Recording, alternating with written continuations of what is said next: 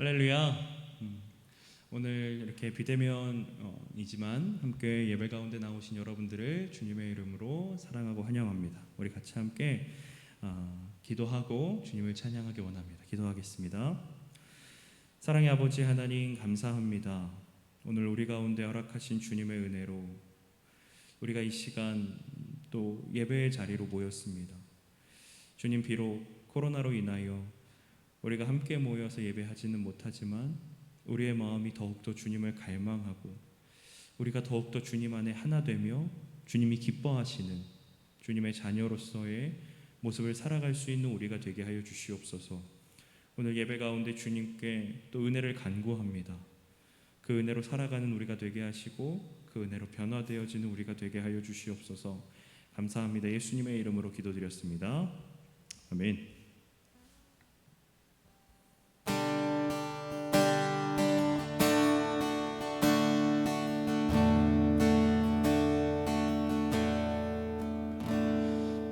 주의 도움 받고자 주 예수님께 빕니다.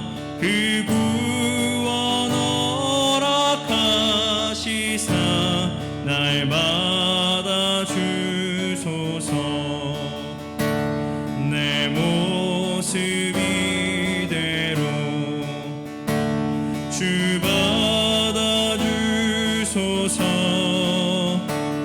날 위해 돌아가신 주 날 받아주소서. 큰 죄에 빠져 영죽을 날 위해 피 흘렸으니 주 형상대로 빚으사 날 받아주소서. 내 모습 이대로 주 받아주소서. 날 위해 돌아가신 주 날 받아주소서. 내 힘과 결심 약하여 늘 깨어지기 쉬우니 주 이름으로 구원해 날 받아주소서. 내 모습 이대로 주 받아주소서. 날 위해 돌아가신 주 날 받아주소서. 내 주님 서신 발 앞에 나 꿇어 엎드렸으니 그 크신 역사 이루게 날 받아주소서. 내 모습 이대로 주 받아주소서. 날 위해 돌아가신 주 날 받아주소서. 내 모습 이대로 내 모습 이대로 주 받아주소서. 날 위해 돌아가신 주 날 받아주소서.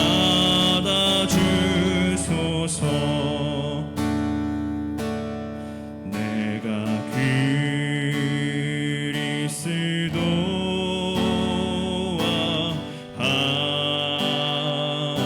함께 십자가에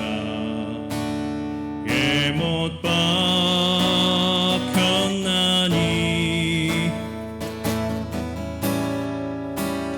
그런즉 이제 내가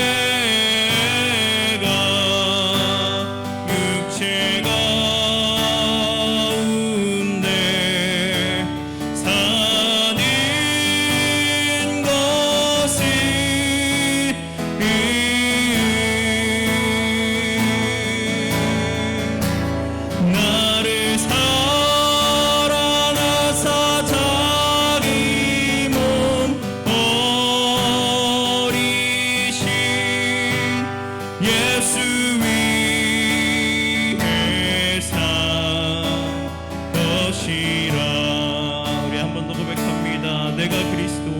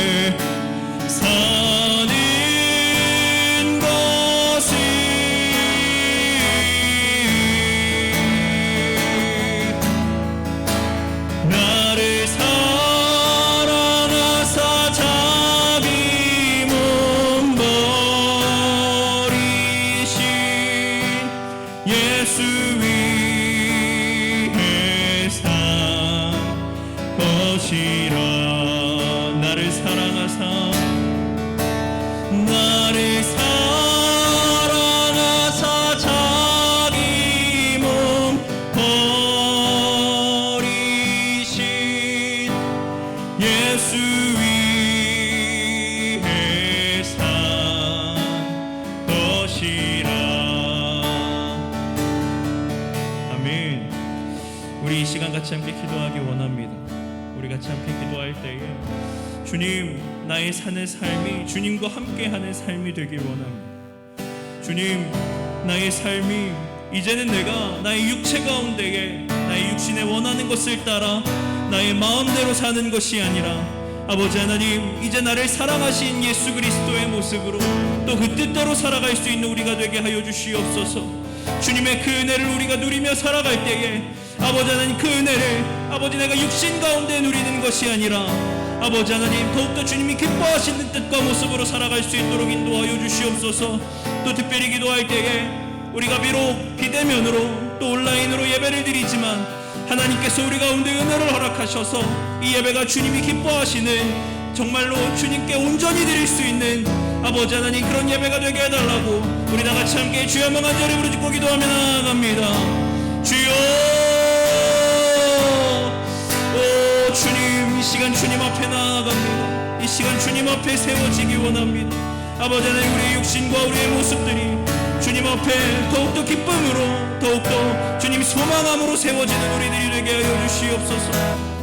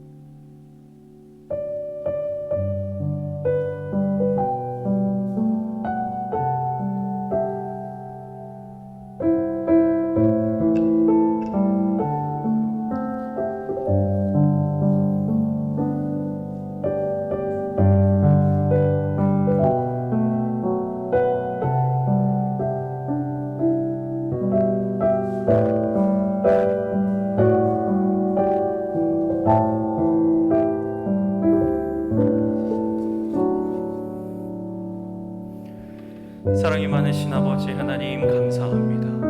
우리가 더욱더 주님의 기뻐하시는 모습으로 또 주님께서 또 우리 가운데에 우리에게 원하시고 바라시는 모습으로 하나님 살아갈 수 있는 우리가 되길 간절히 소망합니다.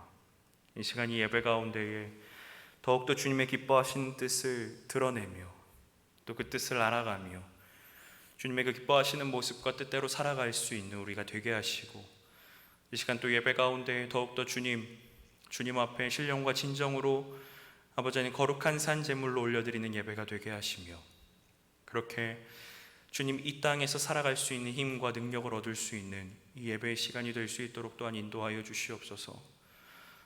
또 삶 가운데에 지치고 낭망하여 또 힘을 잃어버린 아버지 주님의 자녀들에게 주님 힘을 공급하시고 주님 위로와 또 소망 가운데 나아갈 수 있도록 인도하여 주시옵소서. 감사합니다. 예수님의 이름으로 기도드렸습니다. 아멘. 우리 찬송가 325장, 구찬송가 359장 함께 찬양하기 원합니다. 찬송가 325장, 구찬송가 359장입니다. 예수가 함께 계시니 시험이 오나 겁없네. 기쁨의 근원 되시는 예수를 위해 삽시다.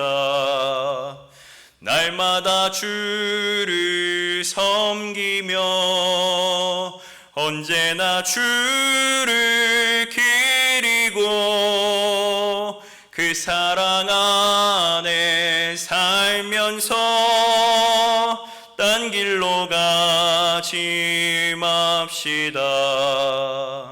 이 세상 사는 동안에 주 이름 전파하면서 무한한 복락 주시는 예수를 위해 삽시다. 날마다 주를 섬기며 언제나 주를 기리고 그 사랑 안에 살면서 딴 길로 가지 맙시다. 이 세상 친구 없어도 예수는 나의 친구니 불의한 일을 버리고 예수를 위해 삽시다. 날마다 주를 섬기며 언제나 주를 기리고 그 사랑 안에 살면서 딴 길로 가지 맙시다. 주께서 심판하실 때 잘했다 칭찬하리니 이러한 상급 받도록 예수를 위해 삽시다. 날마다 주를 섬기며 언제나 주를 기리고 그 사랑 안에 살면서 딴 길로 가지 맙시다. 아멘. 우리 정경숙 권사님 예배를 위해서 기도해 주시겠습니다.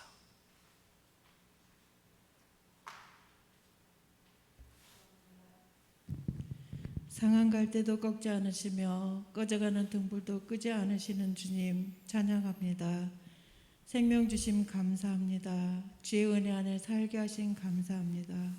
오늘 수요 예배를 미디어 앞에 모여 드릴 수 있게 하심도 감사합니다. 갈급한 심령에 성령의 담비를 허락하옵소서. 우리의 연약한 믿음을 내려놓습니다. 담대해야 하지만 불안해하였고 하나님이 아닌 다른 것에 소망을 두었습니다. 나라와 교회와 누군가의 어려움을 외면하기도 했습니다. 용서하시고 예배로 회복케 하옵소서. 시간과 자연을 주관하시는 주님, 코로나가 속히 거두어지게 하옵소서. 기본 방역마저도 지키지 못하는 저희들을 용서하여 주옵소서. 하나님 알고 계십니다. 하나님은 보고 듣고 계십니다. 우리들의 처한 어려움에 주저앉아 슬퍼하지 말며 이 고난 속에서도 주를 바라보며 믿음으로 지혜를 얻게 하여 주시옵소서. 주님, 우리는 전쟁과 기근과 홍수의 소식들을 듣고 봅니다. 깨어있길 원합니다. 주님의 몸된 교회를 축복하시며 담임 목사님과 부목사님, 전도사님 건강과 가정의 평안을 책임져 주시길 소망합니다. 각 가정의 다음 세대들을 눈동자같이 지켜주시고 세상에 물들지 않으며 하나님의 비전 속에 자라 주님께 영광 돌리는 복의 근원이 되길 소망합니다. 교회를 위한 우리들 부르심에 순종하게 하옵소서. 특별히 장로님들을 축복하시사 목사님 사역의 아론과 훌의 역할을 잘 감당케 하옵소서.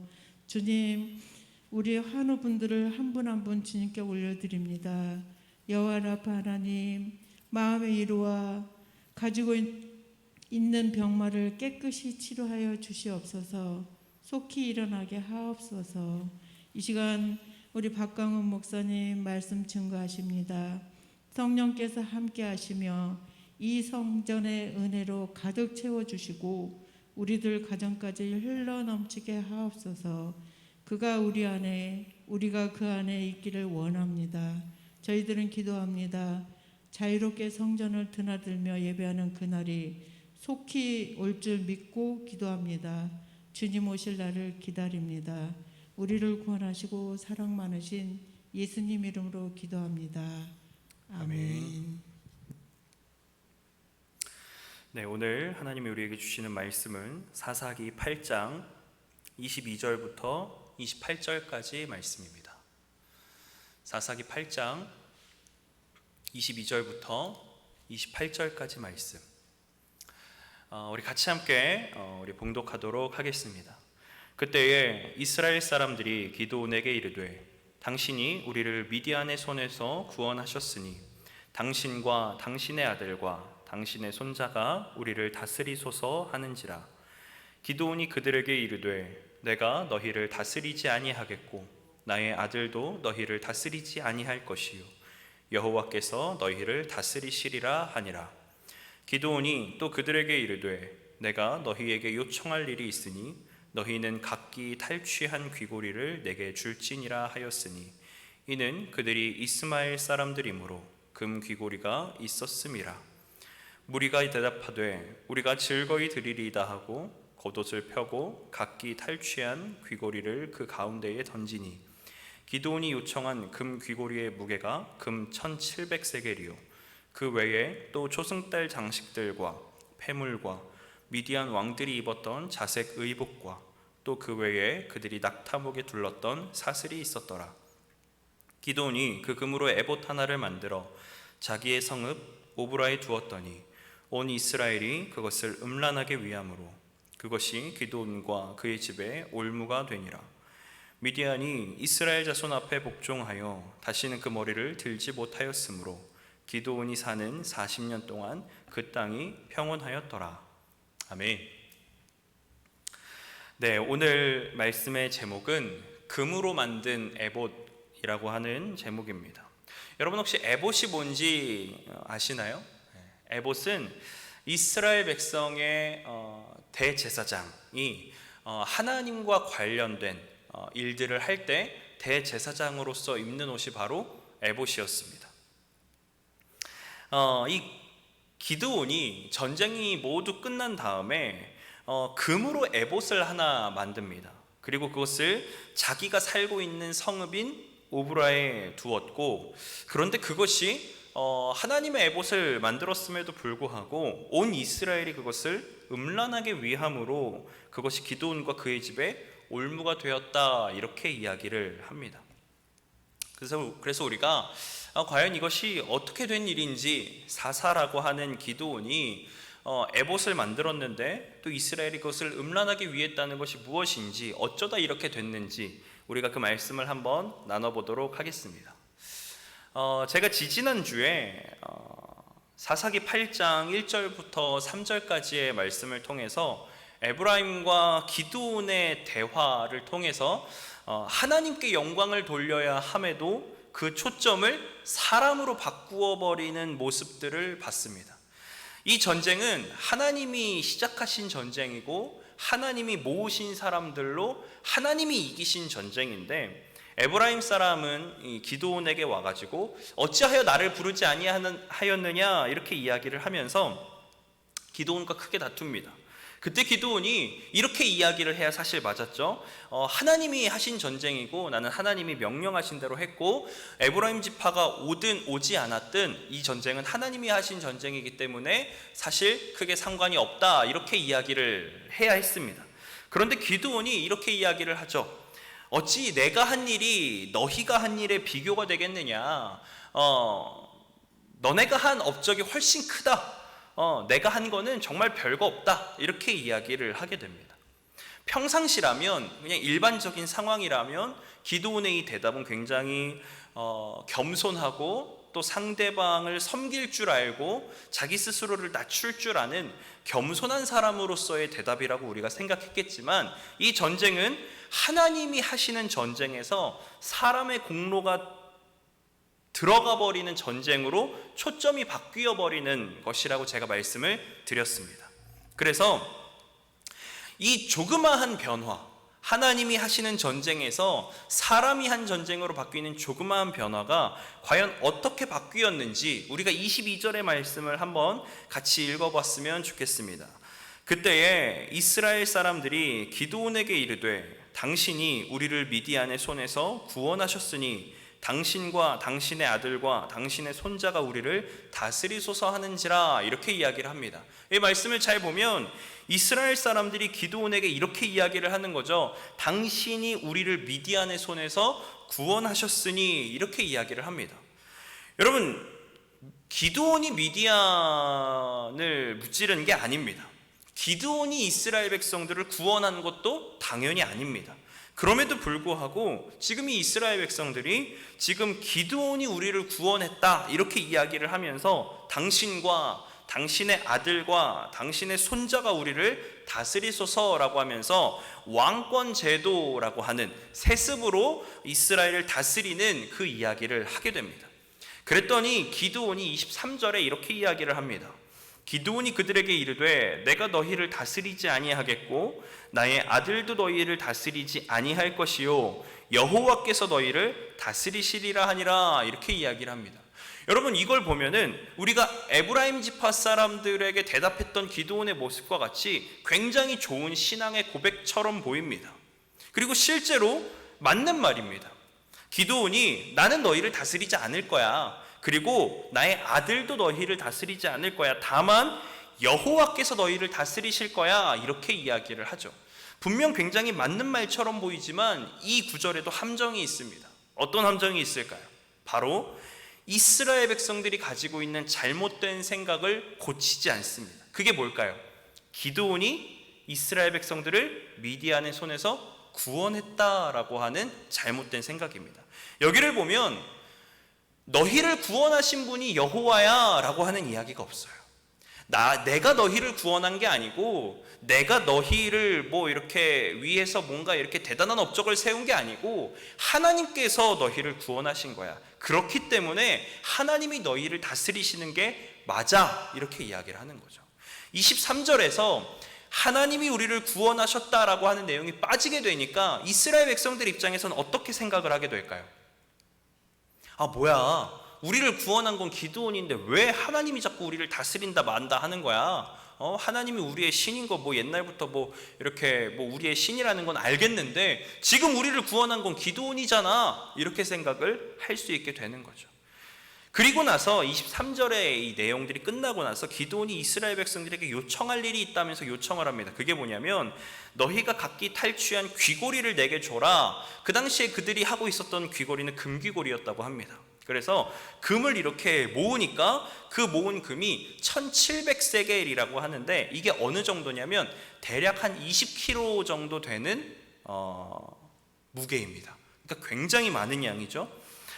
그 이외에 또 초승달 장식과 폐물과 미디안 왕들이 입었던 자색 의복과 또 그 외에 그들이 낙타목에 둘렀던 사슬이 있었더라. 지금 기드온이 전리품들을 챙겨가는 모습을 보고 있습니다. 그런데 이 전리품의 이 항목들이 조금 심상치가 않습니다. 왜 심상치가 않냐면은 일단 금이 1700세겔입니다. 이 금이 1700세겔이라고 하는 거는 일반 백성이 자기 집에서 가지고 있는 금의 양을 훨씬 뛰어넘습니다. 어느 정도냐면 대략 왕이 자기의 금고에서 가지고 있었을 법한 정도의 금의 양이 되는 거죠. 그리고 나서 초승달 장식과 폐물, 이 초승달 장식은 그 미디안 백성들이 우상신을 섬기는 어떤 그런 하나의 표식으로서 사용되어지던, 그러니까 옛날에 뭐 이렇게 전쟁에 나갈 때 우리의 신이 우리와 함께 할 거야 라고 하면서 무슨 증표를 가지고 전쟁에 참여했듯이 지금 이 미디안 사람들도 그런 어떤 장식을 가지고 가는데, 이 고대 근동에서 전쟁을 하고 승리를 하면 승리를 한 쪽에서 패배한 쪽에 이 어떤 그 상징과 같은 이 우상을 섬기는 그것들을 가지고 옵니다. 그게 바로 이 초승달 장식이거든요. 왜냐하면 고대 근동의 싸움은 신들의 전쟁이라고도 해서 싸움에서 이긴 쪽의 나라의 신이 진 쪽의 나라의 신보다 더 강하다, 이렇게 생각을 했기 때문에 그런 폐물들을 가지고 왔습니다. 이 초승달 장식을 가지고 옵니다. 그리고 미디안 왕들이 입었던 자색 의복을 가지고 옵니다. 이 자색 의복의 이 자는 붉은색 옷을 이야기하는데, 그 당시에 이 붉은색 옷은 왕만 입었던 옷입니다. 이 붉은색으로 염색을 하는 일들이 굉장히 비쌌다고 해요. 그래서 일반 백성들은 자색 옷을 입지 못했고 왕들이나 자색 옷을 입었다라고 이야기를 합니다. 또 그 이외에 낙타목에 둘렀던 사슬, 이것도 마찬가지로 우상신을 섬기거나 왕으로서 자기의 지위를 나타낼 때 쓰는 것이 바로 이 왕이 탔던 낙타의 목에 둘려져 있던 사슬입니다. 그러니까 지금 이 기드온이 가지고 온 이 전리품은 그냥 평범하게 재물 정도가 아니라 왕을 상징하거나 혹은 고대 근동에 내가 너희를 이겼어 라고 하는 그 우상신을 섬기는 어떤 그런 모습들을 할 수 있는 형상의 이 우상들을 가지고 온 겁니다. 그리고 나서 27절에 기드온이 금으로 에봇을 하나 만들었다라고 이야기를 하는데, 제가 이 에봇의 어떤 특징들을 몇 가지 말씀을 드리면, 첫 번째로 에봇은 금으로 만들지 않습니다. 에봇은 홍색 실을 엮어서 만들고, 또 그리고 하나님이 지정하시는 모습으로 또 이렇게 12가지의 보석을 그 앞에 박아서 또 방울을 달고 이런 식으로 해가지고 에봇을 만듭니다. 그리고 이 에봇에는 우림과 둠빔이라고 하는 흰색 돌과 검은색 돌이 있는데, 이것을 통해서 하나님의 뜻을 구하는 어떤 그런 일들을 했던 것이 바로 에봇입니다. 그러니까 이 에봇은 대제사장이 지성소로 들어갈 때 입었던 옷이고, 또 이스라엘 백성들의 뜻을 하나님께 물을 때, 그러니까 예를 들면 전쟁을 하러 나갈까요 하나님? 이라고 하는 어떤 이런 뜻을 물을 때 사용했던 것이 에봇인데, 이 기드온은 하나님이 말씀하시는 모습으로 에봇을 만들지 않고 금으로 에봇을 만듭니다. 그리고 이 금으로 만든 에봇을 오브라에 두었다라고 이야기를 하는데, 어디에 두었는지에 대해서 좀 생각을 해보면 자기 집에 두었을 수도 있는데, 조금 이렇게 이전으로 돌아가 보니까 처음에 기드온을 하나님이 부르셨을 때 하나님이 그 기드온의 집안에서 관리하고 있는 바알과 아세라 제단과 신상이 있었어요. 이거를 부셔라 라고 이야기를 합니다. 그런데 기드온이 너무 무서운 거예요. 이거 부시면 큰일 나거든요. 그래가지고 자기를 따르는 10명의 사람들과 밤에 몰래 나가가지고 바알을 섬기는 제단을 부수고 아세라 신상을 찍어버립니다. 그리고 그곳에 하나님을 위한 제단을 세우고 그곳에서 하나님을 위해서 제사를 드립니다. 그러니까 기드온이 맨 처음에 하나님께 부르심을 받았을 때의 모습인데, 그렇기 때문에 이 오브라라고 하는 장소에는 기드온이 세웠던 하나님을 섬기는 제단이 있었습니다. 아마 그 제단 옆에 이 에봇을 두지 않았을까 싶어요. 그러면은 우리가 한번 생각을 해보겠습니다. 기드온은 왜 에봇을 만들었을까입니다. 에봇은 기본적으로 하나님을 떠올리게 하거나 또 하나님의 일하심을 떠올리게 하는 것입니다. 근데 이것을 우리가 그냥 일반적으로 생각하면 기드온이 하나님께 영광을 올려드리기 위해서 에봇을 만들었구나 라고 생각할 수 있겠지만, 여러분 10계명의 제2계명을 한번 생각해 보십시오. 이 계명이 무엇일까요? 어떠한 형상도 만들지 말라고 했습니다. 여러분, 우리가 교회를 다니면서도 어쩌면 조금 주의해야 할 것들이 뭐냐면, 마치 십자가를, 마치 성경책을 마치 하나님인 것처럼 누군가가 내가 목걸이를 하고 있는 십자가 목걸이를 하고 있는데 이 십자가 목걸이를 조롱하거나 십자가 목걸이를 훼손시키면 마치 나의 하나님이 훼손된 것처럼 화가 나거나 내 물건이 이제 부서지면 누구나 화가 나지만 그것을 떠나서 그것보다 더 멀리 가서 마치 내가 섬기는 하나님이나 마치 내가 하나님 앞에 올려드린 신앙 고백을 이 사람이 훼손시킨 것처럼 느끼게 하는 그런 모습들. 제가 고등학생 때도 그런 친구들이 좀 몇몇 있었던 것 같아요. 조금 신앙으로 이렇게 성장하고 또 신앙으로 고백하는 친구들을 이렇게 보고 있으면은 이렇게 나무로 만든 십자가 목걸이를 꼭 하고 있거나 아니면 십자가 팔찌를 하고 있거나 막 이제 이런 친구들을 봤습니다. 하루는 제가 그 친구에게 물어봤어요. 너는 그 십자가 목걸이 왜 맨날 이렇게 하고 다니는 거야? 그랬더니 이거 내 신앙 고백이야. 내가 하나님을 인격적으로 만나고 내가 하나님 앞에 이제 내가 하나님 앞에 정말 하나님의 사람으로 설 거예요 하나님이라고 하는 그 고백을 하면서 내가 이 십자가 목걸이를 사고 내가 그때부터 이 목걸이를 내 몸에서 떼지 않아. 난 잘 때도 항상 하고자 이렇게 이야기를 하더라고요. 마치 정말 좋은 신앙의 어떤 모습인 것처럼도 보입니다. 그것이 틀렸다는 건 아니지만 조금 우리가 주의해야 할 것이 있다면 마치 그 십자가가 우리의 하나님인 것처럼 여기게 되는 것을 주의해야 합니다. 그렇기 때문에 하나님은 어떠한 형상도 만들지 말라고 했습니다. 우리가 교회 안에 어떤 예수님의 어떤 형상을 하는 어떤 뭐 조형물을 세워놓거나 아니면 뭐 천사나 하나님을 이렇게 생각할 수 있을 만한 어떤 형상들을 우리는 잘 세워놓지 않습니다. 그리고 요즘 교회들을 보면은 또 건물에다가 십자가를 하는 것도 옛날에는 십자가가 엄청 컸잖아요. 요즘엔 또 십자가를 그렇게 크게 하지 않습니다. 그것이 제2계명의 영향을 받은 것인지는 잘 모르겠지만 우리는 교회를 다니면서도 하나님을 섬길 때 우리가 그 형상을 만드는 것에 대해서 하나님이 굉장히 주의를 시키셨는데 이 기드온은 에봇을 만들었다라고 하는 거죠. 이 에봇을 만든 것은 기드온이 마치 하나님을 섬기는 것처럼 보이지만 이것은 하나님이 기뻐하시는 일이 아니었습니다.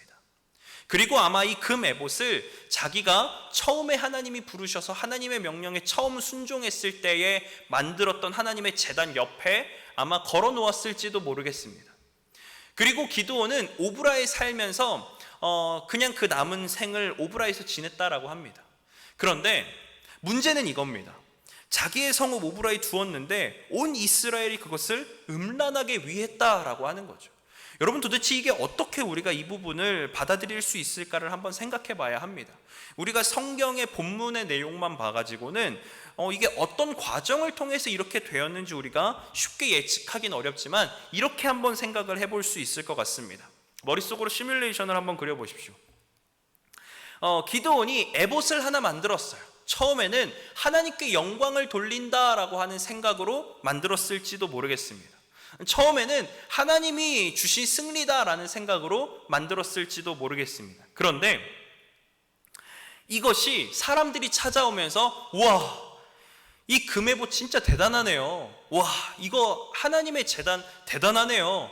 정말 그 어려운 시기에 어떻게 이렇게 하나님께 순종했고 어떻게 그렇게 전쟁에 이겼습니까? 와, 이거 정말 기드온 정말 대단한 거예요. 이렇게 이야기를 할 때 어쩌면 시간이 지나면서 기드온에게 이 금 에봇은 내가 하나님의 명령에 순종해서 내가 미디안 백성들을 물리친 나의 업적과 나의 자랑처럼 보일지도 모르겠습니다. 그러다 보니까 점점 이 금 에봇에 대한 모습들이 혹은 그것을 처음 만들었을 때의 기드온의 생각들이 조금씩 변질되었을지도 모르겠습니다. 그러면서 이 기드온은요, 원래 처음부터 우상을 섬기는 집안에서 살았어요. 기드온이 막 처음부터 막 신실하게 하나님을 섬기는 집안에 있다 간 게 아니라 처음부터 바알과 아세라 신상 그 제단을 세워놓고 그곳에서 그 지역에 있는 이스라엘 백성들이 함께 모여서 우상 숭배를 할 때 그 제단과 신상을 관리하는 집에서 살았단 말이에요. 그러다 보니까 점점 하나님을 섬긴다라고 하면서 우상신을 섬기는 모습으로 바뀌어 갔을 수도 있습니다. 여러분, 하나님이 처음에 이스라엘 백성들이 가나안 땅에 올 때 가나안 사람들을 진멸해라 라고 이야기를 한 이유가 뭐냐면 종교적인 혼합 때문이었어요. 하나님을 섬기는 모습으로 하나님을 섬겨야 하는데 이방신을 섬기는 모습으로 하나님을 섬기는 거예요. 예를 들면 전쟁에 나갈 때 자신의 큰 아들을 하나님께 인신 제물로 드린다든지, 아니면 어떠한 형상을 만들어 가지고 하나님께 제사를 드린다든지, 아니면 음란한 행위를 하면서 하나님께 제사를 드린다라고 하든지, 이방신을 섬기는 모습으로 하나님을 섬기는 이스라엘 백성들의 그 모습을 하나님이 아셨기 때문에 그렇게 하라고 했는데, 이스라엘 백성들은 결국 가나안 백성들을 진멸하지 않았습니다. 그들과 함께 살았고 결국 이스라엘 백성들은 하나님을 섬긴다 하면서 우상을 섬겼고, 기드온 또한 마찬가지로 금 에봇을 두고 하나님의 제단을 세워 놓았지만, 그러나 그가 그 하나님을 섬기던 모습은 음란하였다라고 하는 겁니다.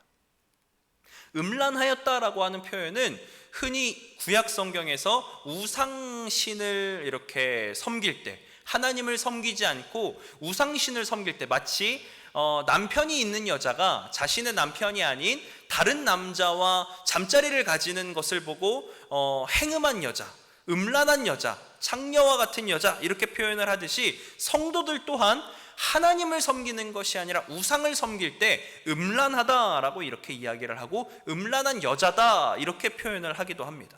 그러니까 이 하나님 앞에서 어쩌면 만들었을 수도 있었던 금 에봇이 결국에는 자신을 위한 에봇이 되고 자신의 자랑을 위한 에봇이 되고, 결국엔 이것이 우상 숭배로까지 변질되어져 갈 수 있는 계기가 되어진 것입니다. 여러분, 그래서 우리가 첫 단추가 중요하다 이렇게 이야기를 합니다. 왜 첫 단추가 중요할까요?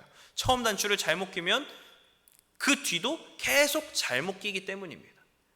그리고 여러분, 처음에 발을 내딛는 그 각도가 굉장히 중요하다고 이야기를 합니다. 예를 들면 정확하게 북쪽으로 가야 하는데 1도만 동쪽으로 치우쳐가지고 길을 가게 되면 처음에는 별거 아닌 것 같은 차이지만 길을 오랫동안 걸어가다 보면 엄청나게 많은 차이가 나타나 있습니다. 그렇기 때문에 우리는 이 기드온의 모습을 보면서 기드온은 굉장히 훌륭한 사사로서의 모습을 사실 보여줬습니다.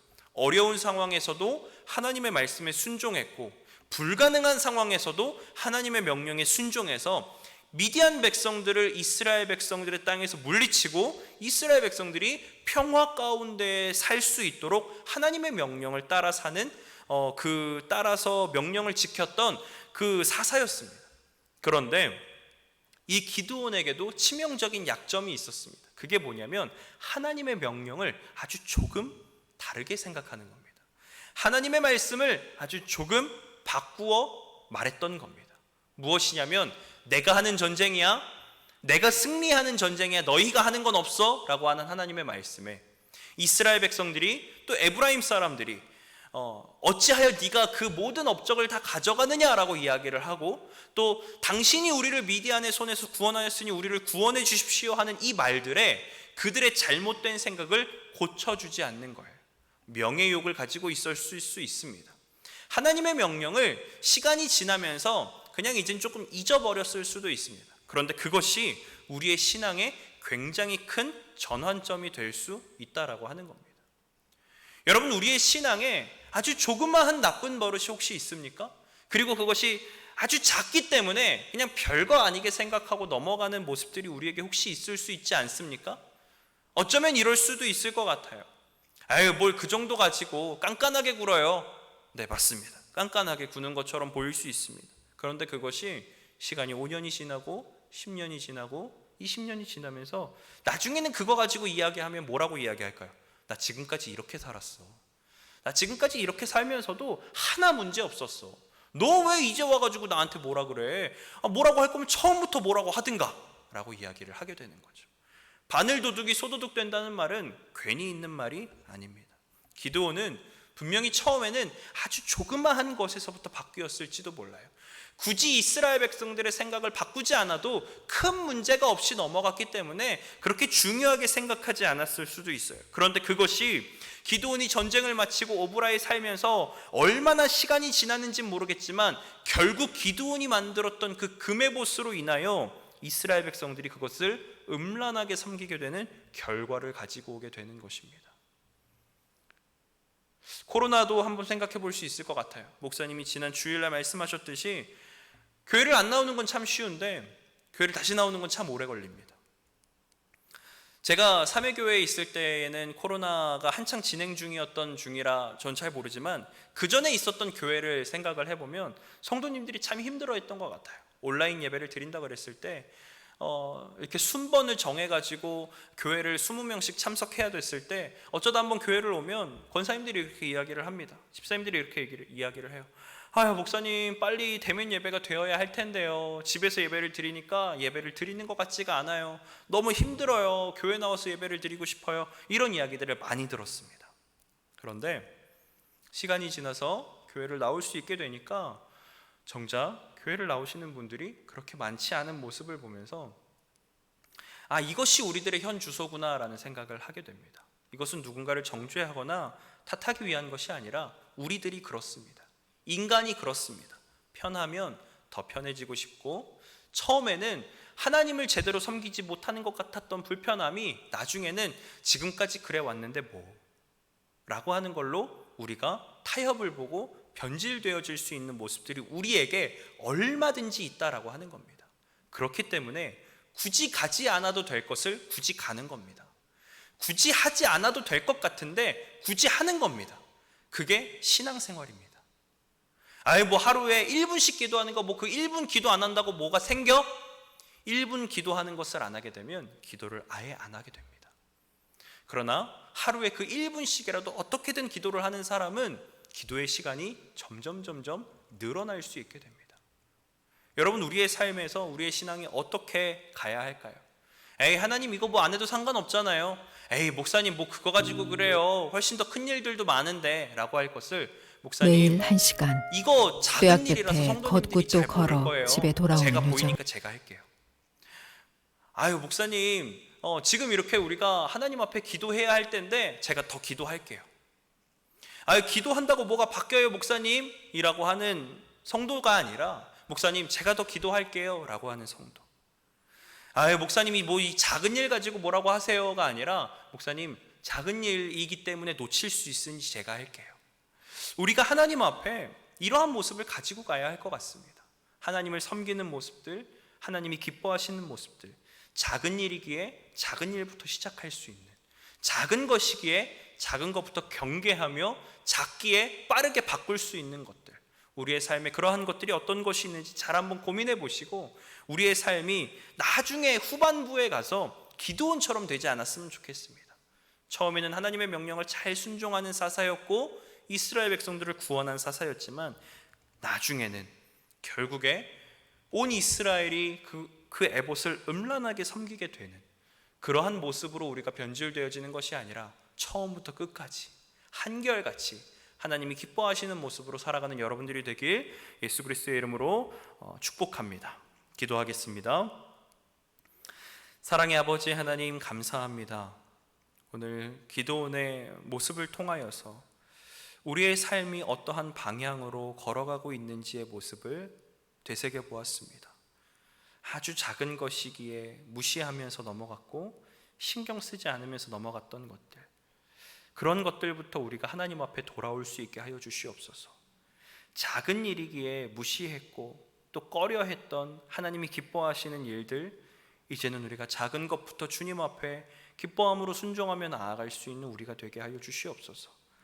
지금은 신앙이 좋기 때문에, 지금은 괜찮기 때문에, 혹은 옛날엔 내가 참 주님을 잘 섬겼는데, 옛날엔 내가 참 주님이 기뻐하시는 모습으로 많이 살았는데 지금은 참 그 모습이 많이 죽었지 하는 모습이 아니라, 혹은 미래에 가서 하나님이 기뻐하시던 모습은 온데간데 없이 나의 아집과 고집과 욕심과 쓸데없는 나의 어떠한 자존심으로 교회를 무너뜨리고 또 성도들을 분열하게 하는, 또 교회가 교회되지 못하게 하는 모습으로 섬기는 우리들의 모습이 아니라 끝까지 주님이 기뻐하시는 모습으로 교회를 섬기며 또 예수 그리스도의 기뻐하시는 모습으로 나아갈 수 있는 우리들이 되게 하여 주시옵소서. 감사합니다. 예수님의 이름으로 기도드렸습니다. 아멘. 우리 찬송가 92장, 통일 찬송가 97장 함께 찬양하겠습니다. 찬송가 92장.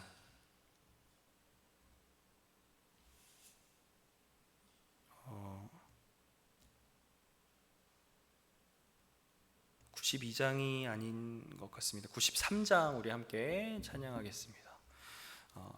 찬송가 93장, 통일 찬송가 93장입니다. 예수는 나의 힘이요 찬양하겠습니다. 예수는 나의 힘이요 내 생명 되시니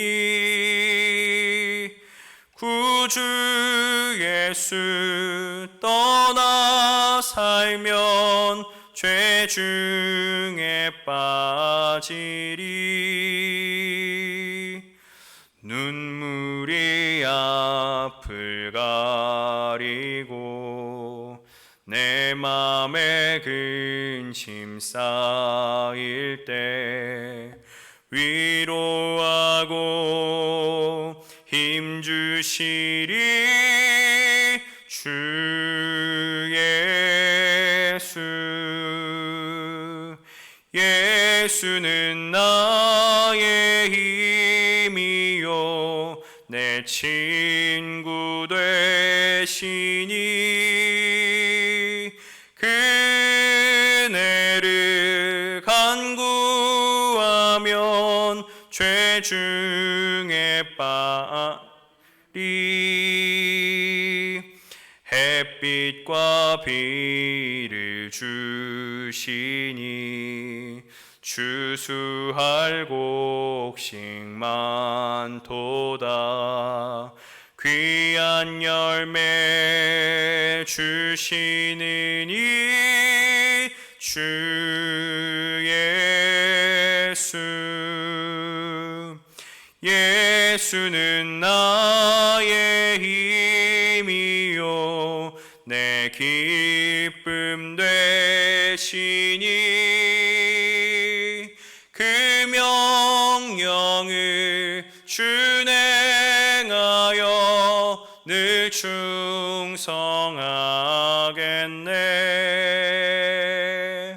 주야로 보호하시며 바른 길 가게 하시니 의지하고 따라가리 주 예수.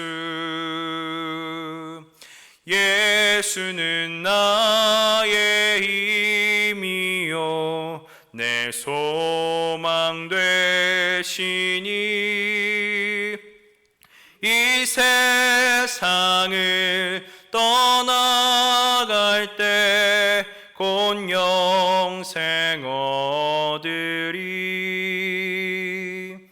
한없는 복을 주시고 영원한 기쁨 주시니 나의 생명 나의 기쁨 주 예수. 아멘. 사회적 거리두기 4단계로 인해서 우리가 함께 모여서 예배하지 못하고 비대면으로 예배를 드리고 있습니다.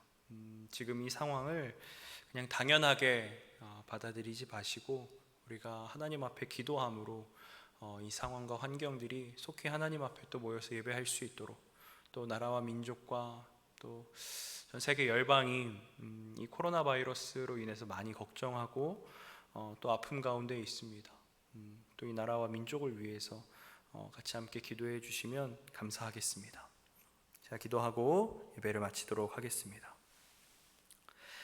이제는 우리의 머리가 되신 예수 그리스도의 은혜와 우리를 향한 한없는 사랑으로 우리를 만드시고 인도하시는 우리 아버지의 사랑하심과 또 성령님의 감동 감화 역사 충만 교통하신 은혜가 이제는 하나님 앞에 작은 것으로도 범죄하지 않고 작은 것으로도 다른 길 가지 않는 하나님의 자녀들 머리 위에 이제부터 영원토록 함께할지어다. 아멘.